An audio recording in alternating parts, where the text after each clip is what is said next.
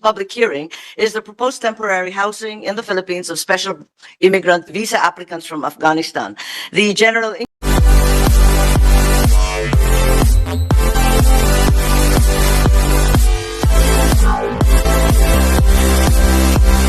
inquiry on the proposed temporary housing is in accordance with the powers and jurisdiction of the Committee on Foreign Relations under Rule 10, Section 13, Paragraph 18 of the Rules of the Senate in relation to Senate Resolution 5, otherwise known as the Rules of Procedure governing inquiries in aid of legislation.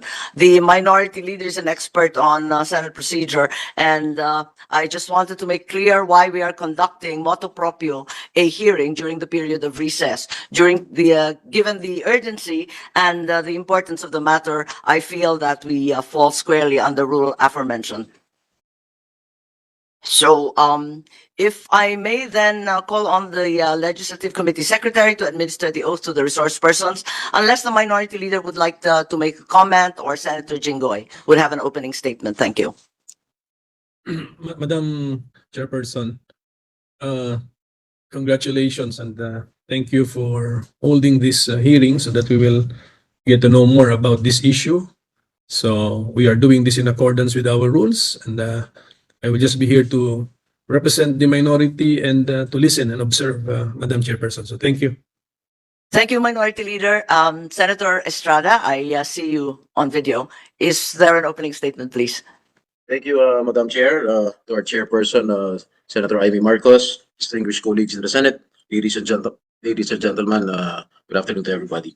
I laud the chairperson of this committee for bringing the public's attention that this very important subject, and for immediately calling for this hearing that we hope will clarify many of our concerns with regard to allowing Afghan nationals into our country at the request of the United States.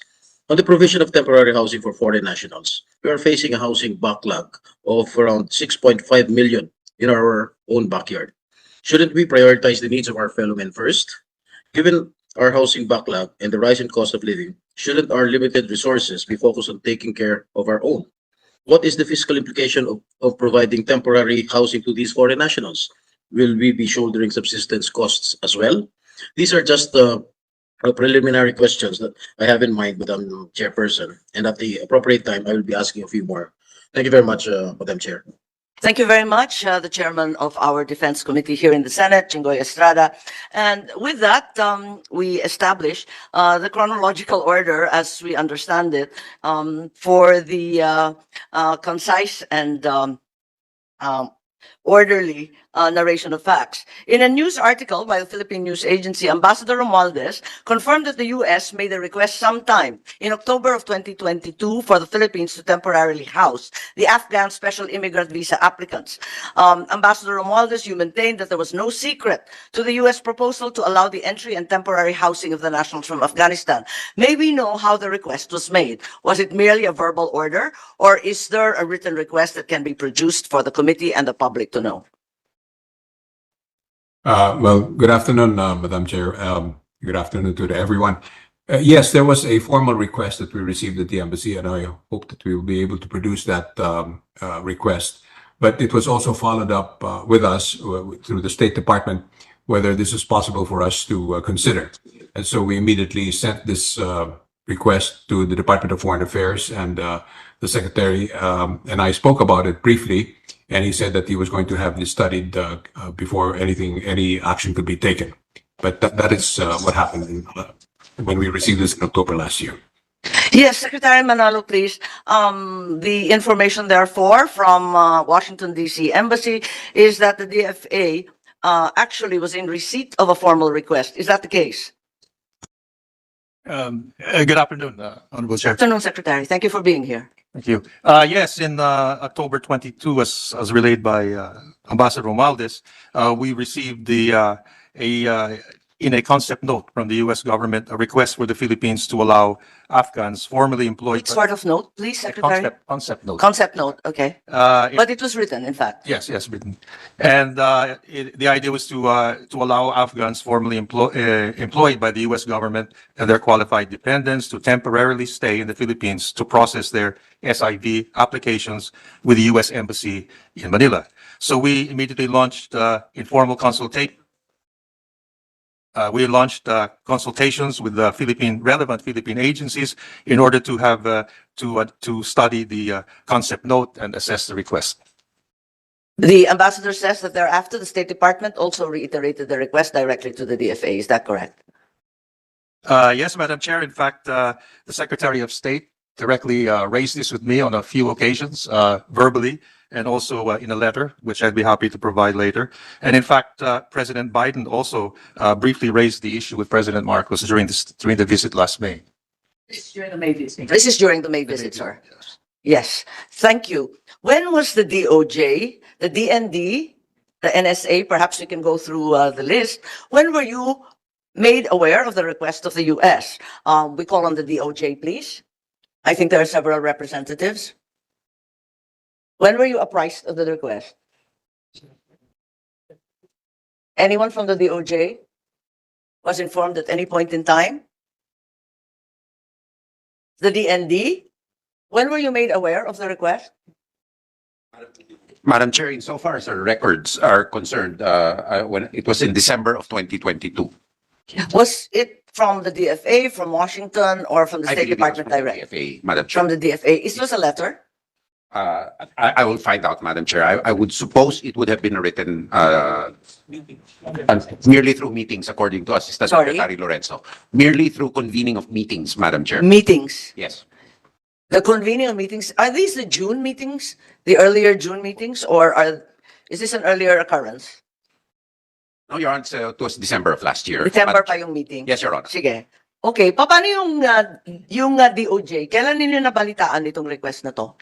Good afternoon, Madam Chair. Madam Chair, I stand corrected. Yes, sorry. I was reminded by Secretary Manalo that it was October of last year. As that early as they October. convened. Yes, Madam Chair. Was that a meeting or referral of the said request? Secretary Manalo, please. Thank you, Madam Chair.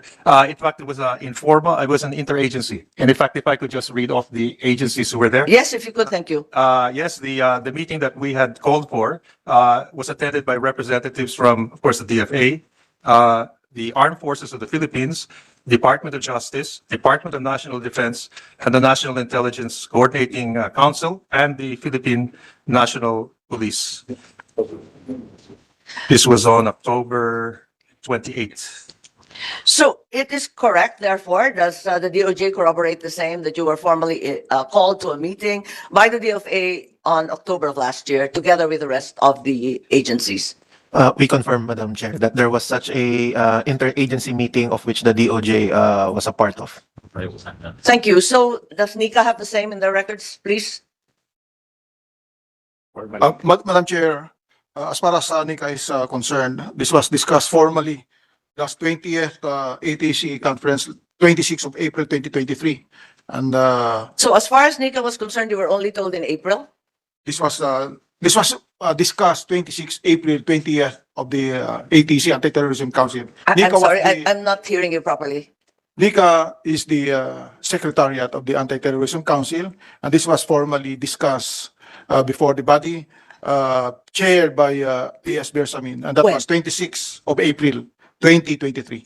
Only in 2023. Hindi kayo kasama dun sa October and December. Is We're that not correct? part. Okay, what about the BI?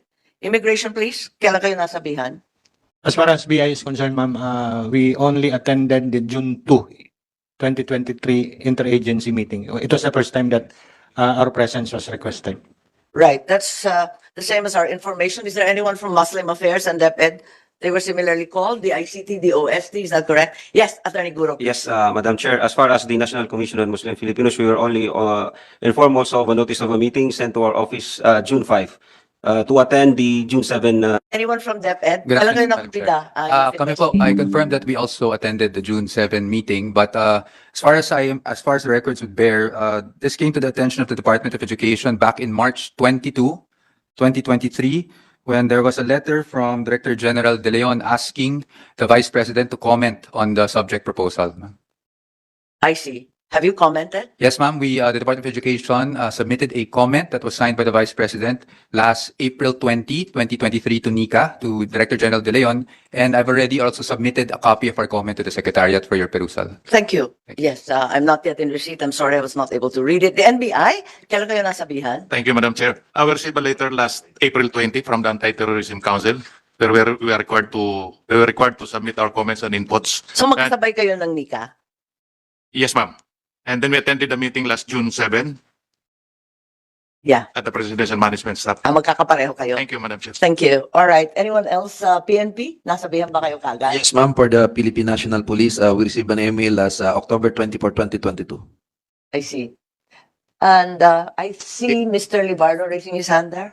Madam Chair, from the National Security Council, Deputy Director General Nestor Jerico, we received a departmental level from the DFA, from Undersecretary for Civilian Security and Consular Affairs, dated 2 November 2022. And we reply their departmental letter as of 15 November 2022, Madam Chair. Okay.